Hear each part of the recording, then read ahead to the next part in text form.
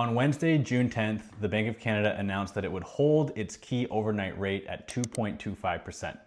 This marks the fifth consecutive announcement that rates have been unchanged, and rates have now stayed the same since October of 2025, when the bank last lowered rates 25 basis points. While affordability remains a challenge for many buyers, there's signs that conditions may be improving. With inventory levels remaining elevated and sales numbers being relatively subdued across many markets in Ontario, some industry experts are saying that we may be approaching an affordability bottom. As a reminder, Bank of Canada's overnight rate primarily affects variable rate mortgages and home equity lines of credit, whereas fixed rates are more closely tied to Government of Canada bond yields, more specifically the 5-year bond yield. The good news for buyers is that 5-year bond yields have fallen significantly, now sitting at the lowest levels we've seen since March of this year. And at the time of recording this, bond yields have fallen over 30 basis points just in the last month.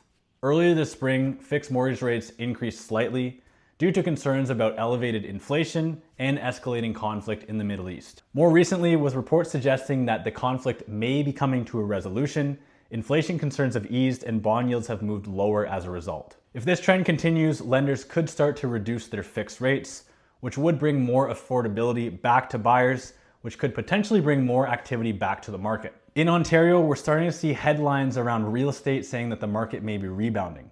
A lot of that commentary is focused around the GTA, which had one of its most challenging years in 2025 that they've had in decades. Here in the Bay of Quinte region, however, the market continues to be slow, as discussed in previous real estate updates. Improved affordability and increased consumer sentiment could help support stronger market activity going forward. Also, historically, when the GTA is doing well, it has a ripple effect to surrounding communities. Now, all of this could change tomorrow if there's another headline, but that's it for this week's real estate update. Thanks for watching and see you in the next one.